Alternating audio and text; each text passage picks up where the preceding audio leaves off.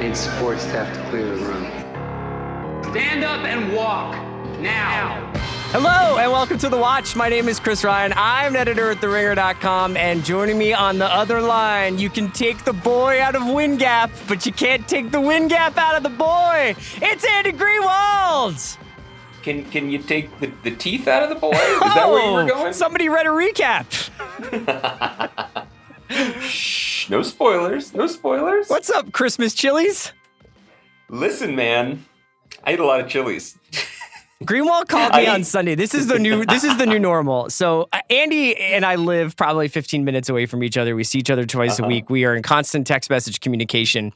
But I would put our last social phone call. This is a great point you're making. I support this. I'm going to say like mid-Obama admin. Maybe like around 12, something like that. I've gotten two of them so far since Andy has relocated to the New Mexico desert. Yesterday, just driving back from Santa Fe, just with 45 minutes to kill and no podcasts to listen to. Listen, your boy woke up and drove to Santa Fe to have breakfast. So that's a good insight into his mind state. But, my friends at the Ringer Podcast Network have been really comforting to me. And I've been enjoying them a lot. I really love listening to you and Sean talk about summer movies. Yes, that was a big picture production that did wind up running on The Watch. So if you get a chance to listen to that, Sean and I ran down some summer movie awards. Highly recommend it. I love listening to my spirit animals, Dave Chang and JJ Reddick, talk about LA versus Brooklyn restaurants and enrolling children into kindergarten. I just feel like that was right down the middle for me. But you are right that our relationship is mostly through those other mediums. So the talking is new for are you?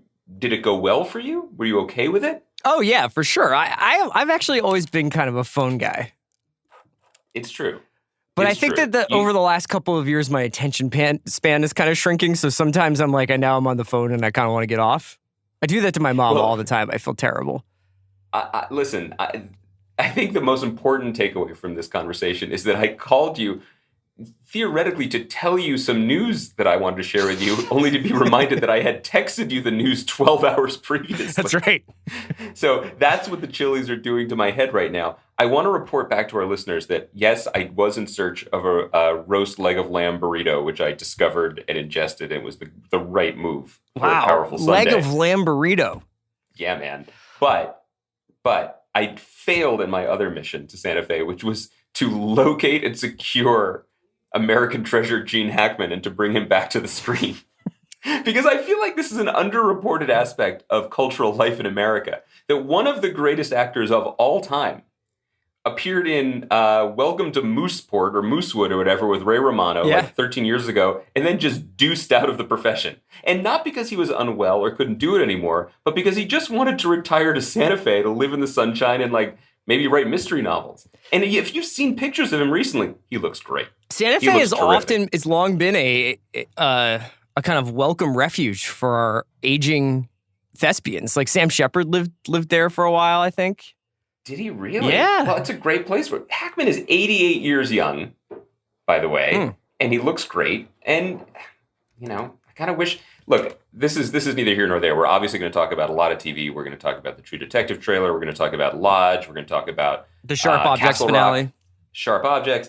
But man, I wish we could get one more Gene Hackman performance. Maybe just watch him react to me eating a leg of lamb burrito in the morning. Like that would have been enough for me. I could have put it on Instagram stories and been done with it. But we don't have actors like that anymore, man. I've been going through the casting process.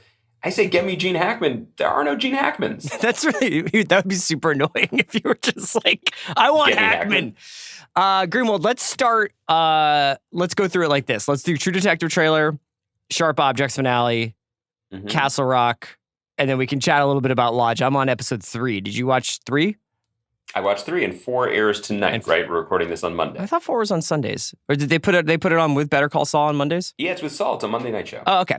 All right, so we can talk about episode 3 of Lodge. So let's start with the True Detective trailer. Obviously, my feelings about this series are well known. I adore the first season. I think it's one of the best things that got made this decade.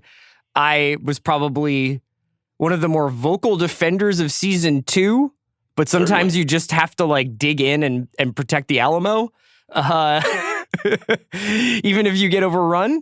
I acknowledge that it is nowhere near as good as the first season, but there are certain things about it that I really liked.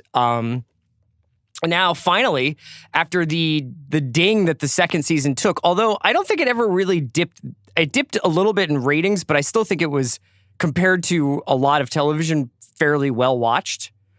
A few years later, we finally have True Detective Season 3, starring Mahershala Ali, Oscar Award winner from Moonlight, Stephen Dorff, Scoot McNairy, got a Gummer. So it's a lot is happening in this, and it's set in the Ozarks, which obviously is a special place for me and Andy. And it will take place over multiple timelines, over multiple decades. And if you saw the trailer, you can see Mahershala obviously aging and battling with ghosts of his past in the trailer. Andy.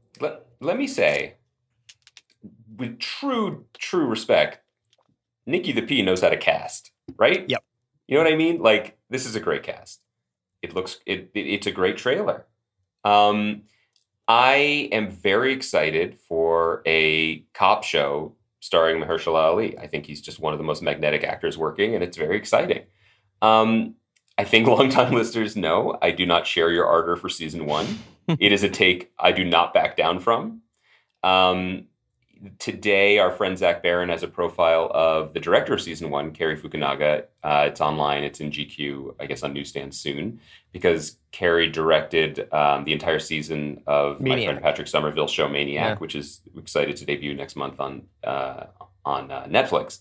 And I think, I don't know if it's been reported, but certainly not the best blood has been insinuated between Cary and Nick Pizzolatto. I have no insight into the matter, only to say that in this piece, Cary Fukunaga refers to season 1 as basically a formulaic cop show. That's not the exact quote, but that I feel comfortable. Can I just push back a little bit on that? Also, Carmen Ejogo is in True Detective season 3 too. But I just want to push back a slight amount, because I read that. I saw people saying like, "Oh, Cary's dragging True Detective." But I think he was saying it's just a cop show. Let's have some fun with it. I don't think he was saying that the final product was.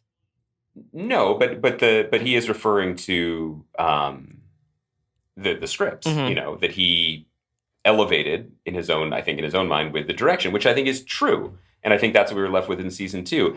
I have a complicated relationship to the whole thing now, quite honestly, because now I am sitting here in a production office trying to make TV, and I think that I am. And I think I was at the time too, but I think I am definitely more fond of and sympathetic to season 2 in a way, because, again, by all accounts, and also reading the tea leaves and just experiencing it, it was an example of a writer wresting ownership of something and going for broke, right? And now I think he broke. I think that season did not work on many, many, many, many levels. But the ambition behind it and the desire to do something great, I do feel is worthy of applause. And so but even more than that, I appreciate the fact that due to circumstance, due to career movements or whatever else happened in the interim, that HBO granted a creator in whom they've invested quite a bit time to, if not get it right, feel comfortable doing it. So yes. The deck is cleared. I'm optimistic for it. And aside from this amazing cast, the other reason to be optimistic about this season is the presence, at least for the first few episodes. And he was supposed to direct more, I think, but wound up leaving. I mean, for timing reasons, I think, but also I think you could make an argument that maybe Nick Pizzolatto is a notoriously prickly character when it comes to, obviously, as we've talked about with these first 2 seasons, and there was about creative control, but Jeremy Saulnier, who's a director that I really like a lot, who directed a movie called Blue Ruin and a movie called Green Room, and has a Netflix film called Hold the Dark coming in the fall, directed the first few episodes of season 3. And there is also the kind of unknown how much, I know he's got script credit on at least one of the episodes this season, is David Milch, who we haven't seen have a TV thing in a minute. So I'm pretty fired up to see this, and it's coming in January of 2019, which is a nice thing to look forward to. I don't know. I'm never going to say no to this show. I guess, and this might be a good segue into the other HBO property we're going to discuss, Sharp Objects.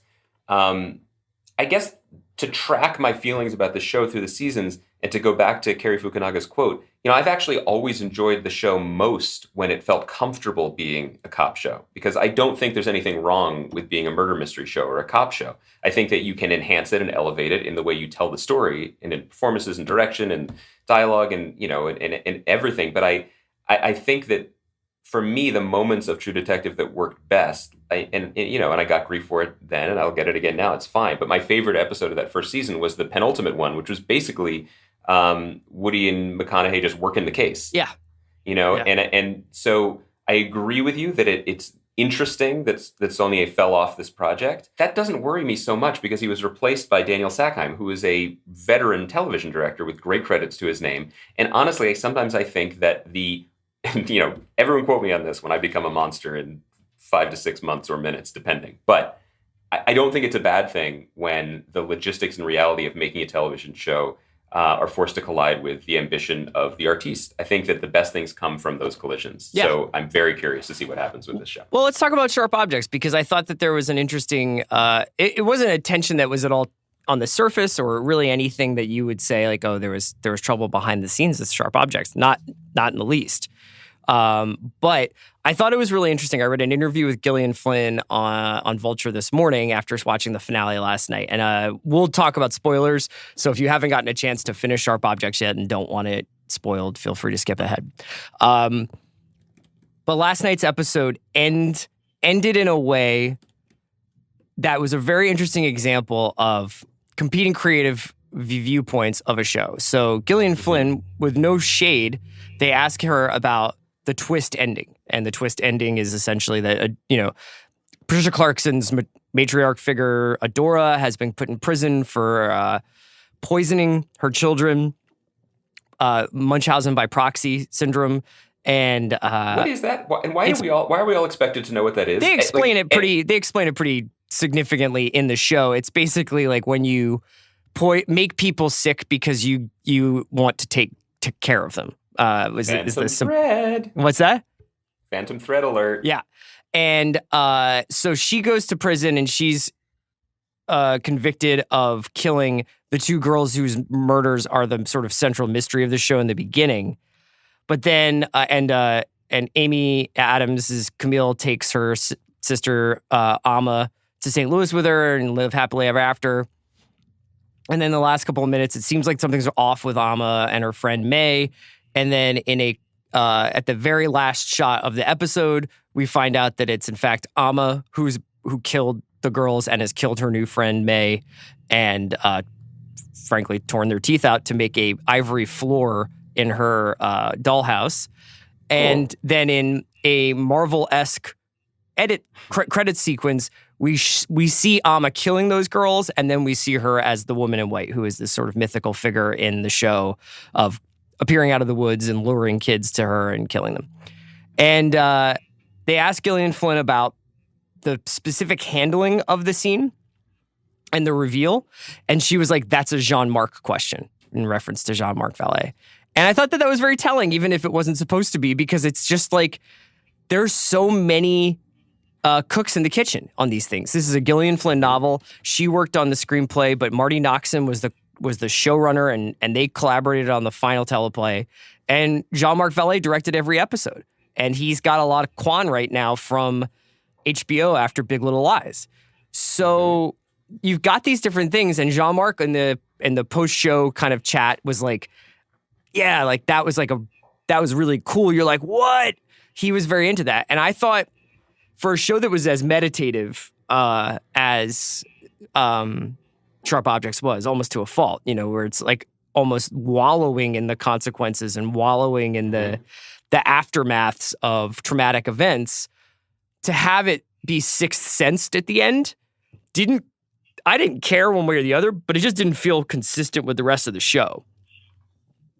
Do you think that there was any thought behind those? Do you think anything behind that decision making to do that is related to the possibility of making a second season? Well, that was another question that Gillian Flynn was asked, which was, is there a second season, or is there a possibility? And she didn't say no. She just said, like, it was always supposed to be one season. This is what it's supposed to be. But obviously, That's not necessarily the case if everybody involved wants to do more. Now, there was never a Sharp Objects season 2 or another Sharp Objects sequel, although in the book, apparently, they get more into Amma's trial and some explanations about the how and the why. But yeah, and more from what I understand, more about the subsequent caring and maybe potentially like life rehabilitation of Camille, right? But that doesn't. I mean, ultimately, and ultimately, the point of the show is to plunge Camille further into darkness and have her come out into the light, only to find out that the light is actually fire. Like it's the journey going home. I mean, everything about this show is one season, and this is. I actually am quite looking forward to Big Little Lies season 2. I can't believe Andrea Arnold is making it. It's going to be really exciting, but the inability. This is the sort of consequence of these limited series where you get movie stars to be in them, and everybody gets kind of excited about it, and then wants more. Is they're not written as such. They're not written to be multi-season arcs. So I'll be curious to see how they figure that out, or whether or not they look at Sharp Objects the way they look at True Detective, which is an umbrella under which to tell maybe women's crime stories. I don't know.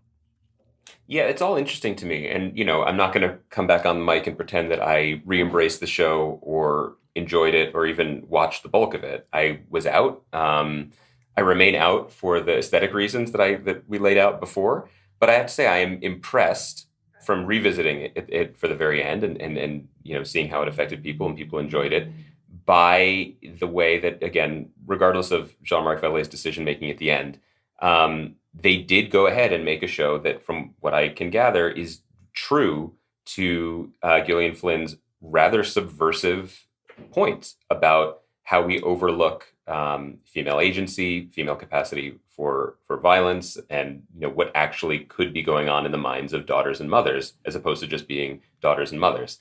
It's a thread that's well worth exploring in literature and on our screens. Megan Abbott, who's been a great friend of us on the pod and is a great writer, has a wonderful new novel out and is also making a pilot for USA called Dare Me that, in the broadest of strokes, I think is interested in similar things. I think that's all fantastic. I also just want to highlight Alison Herman's piece on The Ringer about how the show is a mood. Mm-hmm. I really liked the piece. I thought it was a really smart investigation of why some people liked it and some people didn't.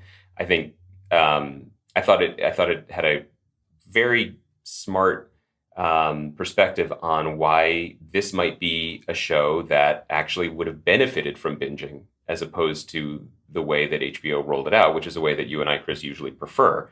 But I also just wanted to say, this idea of TV shows as moods is a very worthwhile one. And it's something that I think has been around for a while, but I still think in the way we collectively cover stuff or process stuff, both as fans and as critics, it hasn't totally baked in. What I mean is, it's well understood, I think, by consumers of culture that there are movies out there that we just might not vibe to. Sure. Some people don't like Sorrentino movies, like The Great Beauty, because they just can't spend 3 hours in someone's head. Or some people are just, their blood runs cold at the thought of watching a Wes Anderson movie. From everything I've gathered, Jeremy Saulnier, who you mentioned a minute ago, is a really fascinating and exciting filmmaker to watch, but I'm too afraid to check out his movies because you've told me personally what they would do to me. That's fine. Those are moods, and we can pick and choose the moods we want to engage with. But I just realized in thinking about this and thinking about Sharp Objects and thinking about Alison's piece, look, The Young Pope, speaking of Sorrentino, that is a grade A mood. And I get that some people weren't willing to go on that journey. I think about that show all the time, and I wish I could still be watching it right now. But it's not for everyone. Twin Peaks is a mood. It's just a different way to consider TV shows. One that might not necessarily track with HBO's overall strategy of competing with Netflix and gaining viewers. There's probably a reason why Netflix is no longer really overtly investing in moods and instead investing in Tony Danza procedurals and baking competitions. But by that same token, they're investing in Cary Fukunaga making apparently a complete fucking head trip of a show. And whether or not it's successful aesthetically or critically or commercially, remains to be seen. But it's not like they're not taking chances. I think they just need to have some assurances that there are going to be some top-line talent that's going to at least give them a baseline of attention if they do it.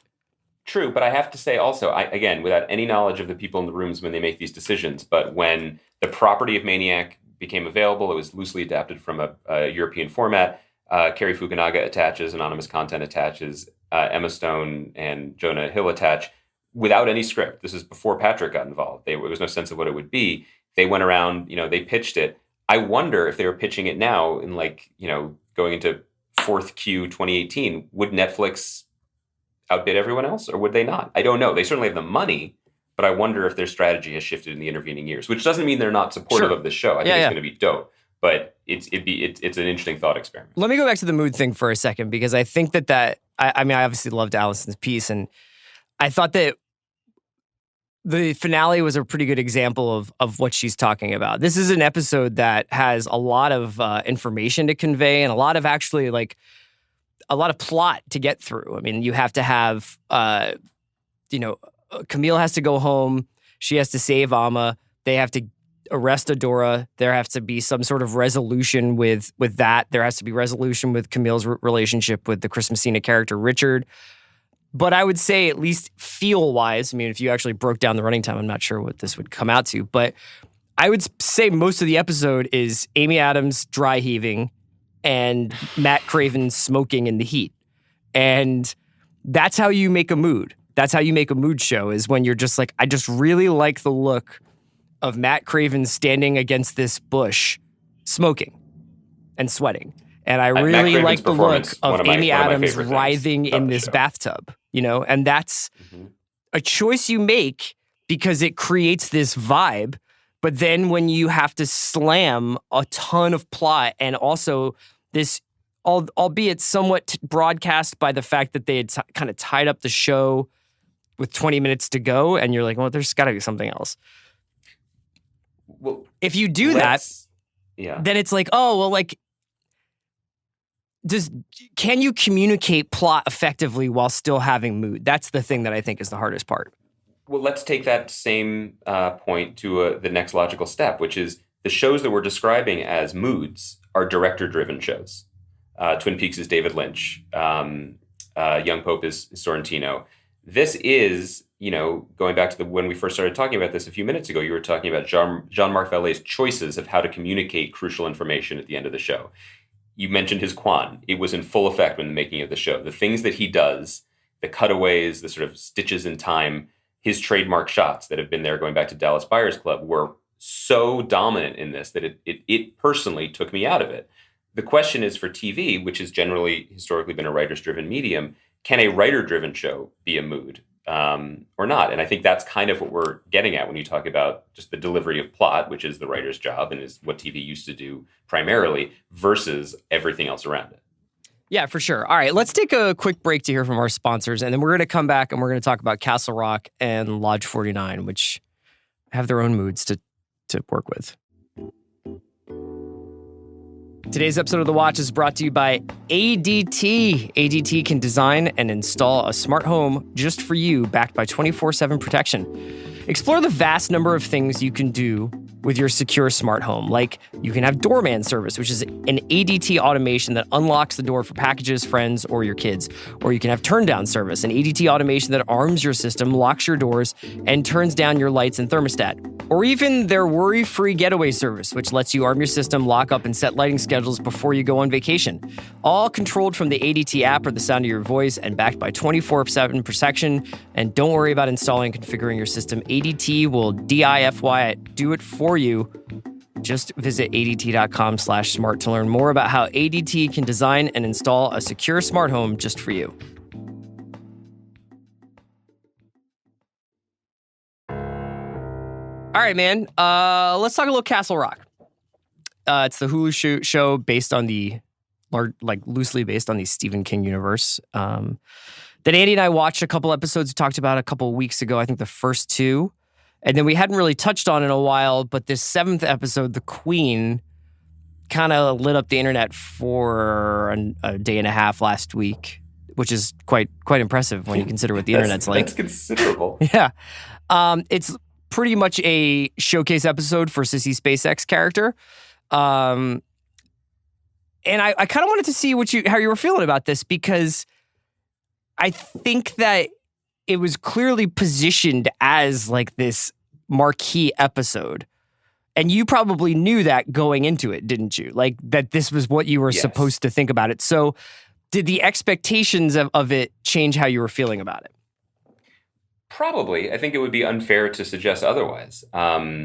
Especially because the message went out, the flare went up in the air to people who maybe like us had been on the fence about the show that, oh no, come back. This one's worth it.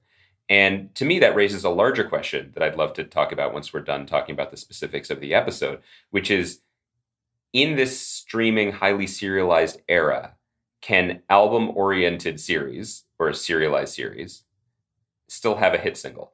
Meaning, can one episode be pulled out? Now, obviously, you should still know the characters. You should watch the whole season. I'm not arguing otherwise. But can the magnificence of a single episode carry it? Separate and apart from everything else. My feeling after having watched this episode is probably not, although I wish it could. Let me begin by saying I was truly dazzled by the production values, by the aesthetics behind this episode. Greg Yaitanes is one of my favorite television directors.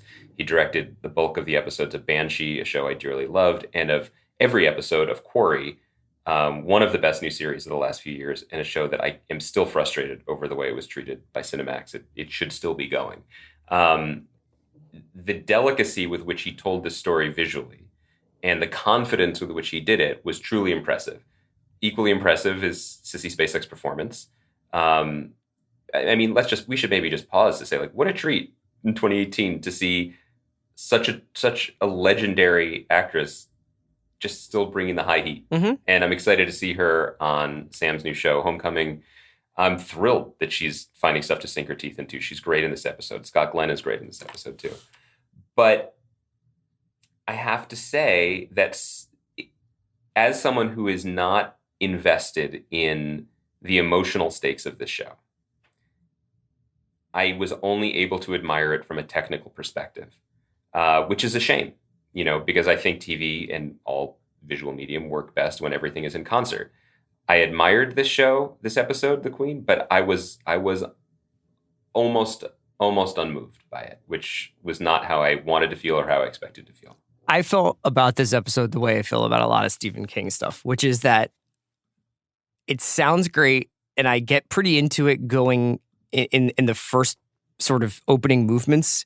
So the premises usually really appeal to me, and the settings usually really appeal to me, and even the opening kind of inciting incidents really appeal to me, and whatever's the galvanizing event.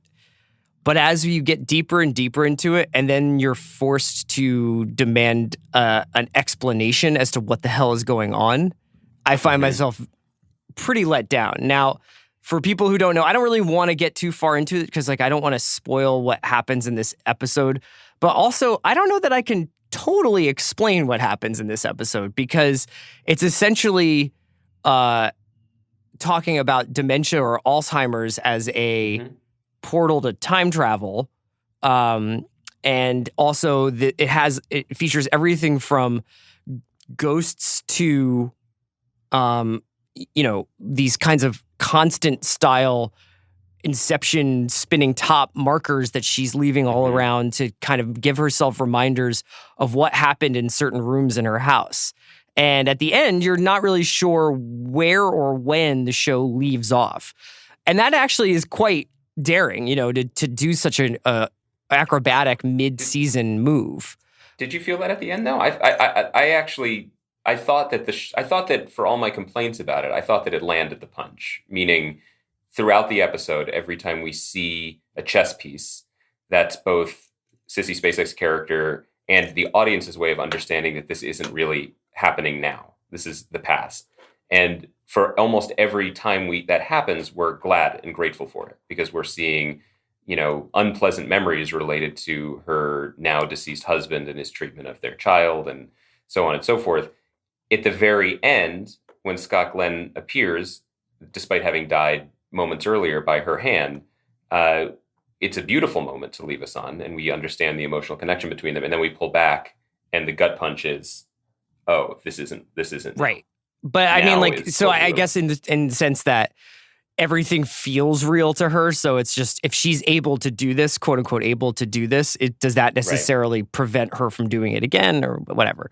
But yeah, I think that your point is a really good one. When you're trying to make a I think that this is another, when you're trying to make a single out of this album, what do you have to do to the season itself to do it? And I think that this is a show that, is trying to go somewhere that I'm not really sure is on the map right now. Yes, I think that's well said. I think that, again, I'm just. But that's the kind of thing with King, though. It's like the King thing is like there is an evil out there, and I don't necessarily know that in a serialized television show you can kind of keep moving the goalposts as much. I don't know. Well, I also think that, and I say this, I don't mean for this to sound like faint praise when I say I admire it, but I really do admire that the showrunner Sam Shaw and Dustin Thomason are trying to wrap their arms, and they have 4 arms, which they need to wrap it to get the circumference to get around all of the stuff at play here. They're trying to wrap their arms around the King thing, as you just put it, and do fan service and et cetera, Easter eggs. But it seems that what motivates them is a much more personal and smaller scale story. The type of story that certainly exists in King's short stories, but is generally not the first thing we think of when we think about him. For all the places this show has gone, it has stayed in some ways emotionally tied to this family in this home. So I admire that. I think that's a direction TV, particularly branded TV, should always try to do, because you can't tell the big, vague picture. You got to tell the small, relatable picture first, story first. But again, maybe we're asking too much of it, because in the context of the season, what this episode was doing was just illuminating something that they were tracking behind the scenes, right? Because we've seen Sissy Spacek interact with every character. Sure. And she's acted in a bizarre or surprising fashion, and now we see where she was in those scenes. So in that sense, it's a remarkable act of story juggling and consideration and perspective changing. But and that is its own goal, I think. But I also, we should cop to the fact that coming off of the Ringer's list a few weeks ago about the best episodes of the century, when we heard the word "The Constant," when we hear the idea of people, trying to stick themselves in time, like, we go to that place. And the thing about The Constant is that it was a love story, which helped, not a tragedy, but also it had, just for me, the right amount of just what the fuckness. Like, they went for it. Whereas this is tethered to not just the aesthetic reality of Castle Rock and of Stephen King stories, but also it's about a woman with Alzheimer's, or as they say in the episode, something that can't be diagnosed, but clearly she's.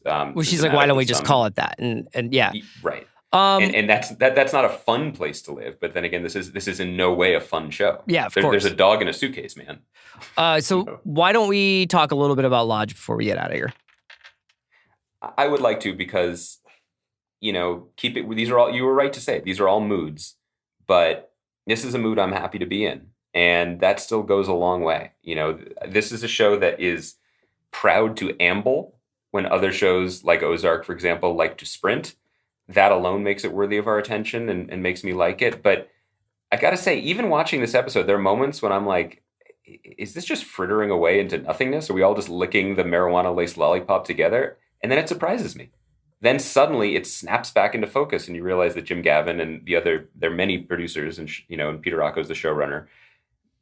They do know what they're doing. They can tighten the leash when they want to, and it's surprisingly effective. So what actually happens in this episode, just for people who don't know?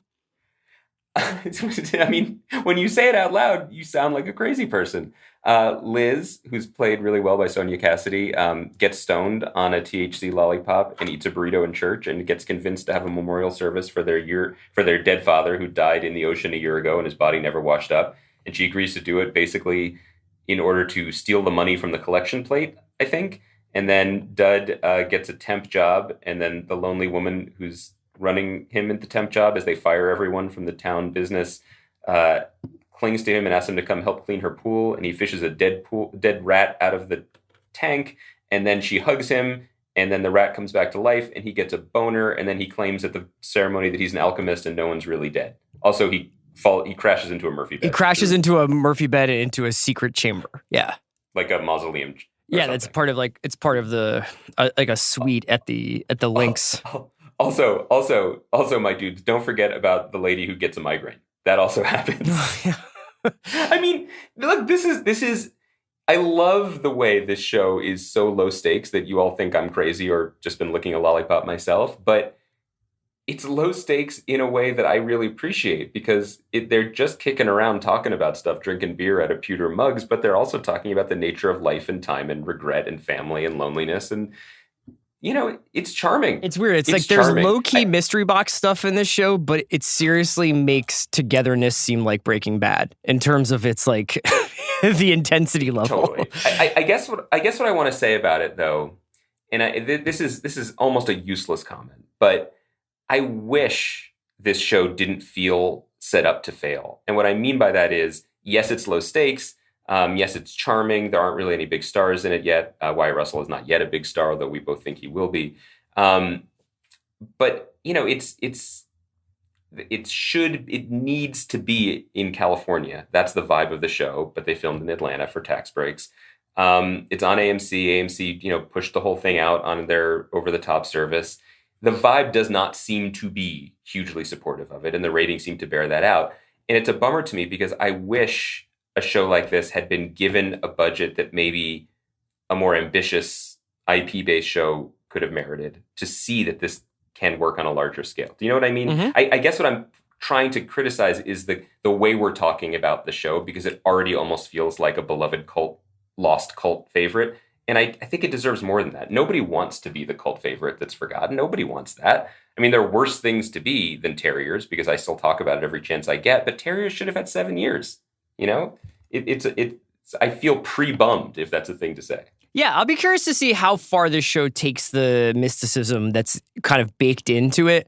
And I use baked specifically because it has a kind of stoner mysticism. And not unlike Castle Rock, I don't know necessarily that X marks the spot with this. So you really are, it's your mileage varies based on how much you enjoy the path you take to get there. But in that same way where it's like Stephen King writes about evil, but like when you finally get to the confrontation of the evil, it's all kind of confusing and stupid. Lodge 49 has a kind of searching, stoned, sunburnt, like probing it at its heart. Mm-hmm. But whether you really have to be into the characters and the minutia of their lives to really appreciate where it's going. I guess that's kind of what we're saying about all these shows today. Yeah, absolutely. And that's what I want to bring it full circle to, this idea of a vibe. If we're arguing you can watch a show for a vibe and then the plot or everything else can come secondarily, I wish that Lodge 49 had a chance to live and die on those merits, meaning I wish there were palm trees everywhere they went. I wish we had shots of an impossible blue ocean to contrast with the drabness of the Squire suite or whatever it was they found upstairs that smelled of mold and had the secret mausoleum attached to it. There's a reason why a show like Burn Notice, that we have never covered on this podcast, and maybe we never will, but that show is about Florida, it was about Miami, and it filmed there. And you kind of knew that if you turned it on, regardless of how you felt about Jeffrey Donovan or Bruce Campbell or the whatever they were solving that week, you could sink into it. You could slip it on like a pair of shades, And I think Lodge 49 it doesn't have that half of the equation, which it should. It deserves that, so we can get the full picture of its intention. Does that make sense? Absolutely. It's a great way of putting it. All right, man. So you're going to be off for the next few shows.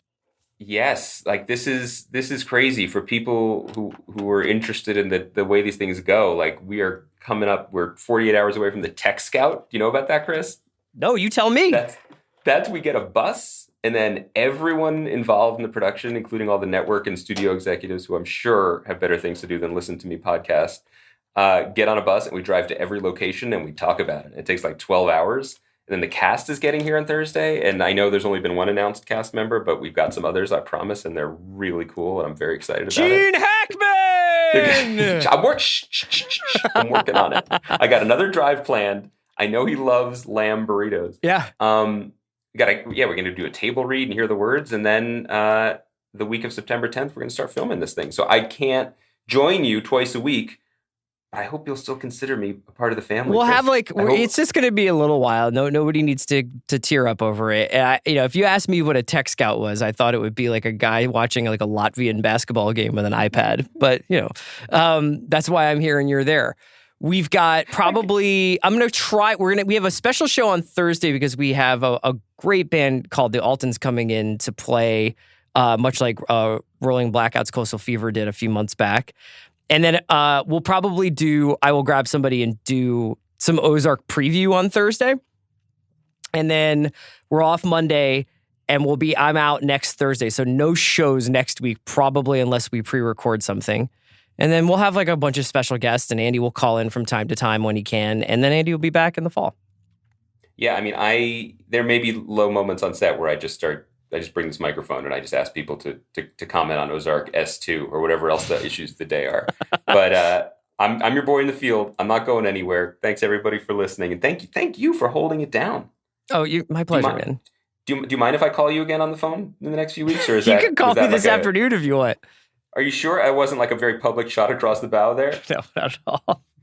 Just make sure you have your chess pieces so you know like what era I'm calling you from. I'm going to give you a special ringtone. I'm going to go back to ringtone rap so that you can have it. I love it. Laffy Taffy. I can't wait. Talk to you later. Can't wait. Great job, Rancies. Talk to you soon.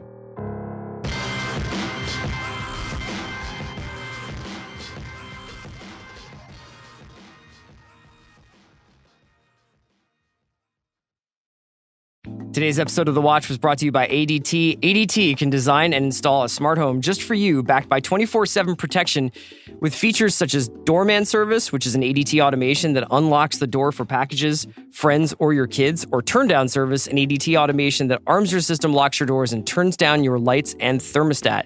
It's all controlled from the ADT app or the sound of your voice and backed by 24/7 protection. Just visit ADT.com/smart to learn more about how ADT can design and install a secure smart home just for you.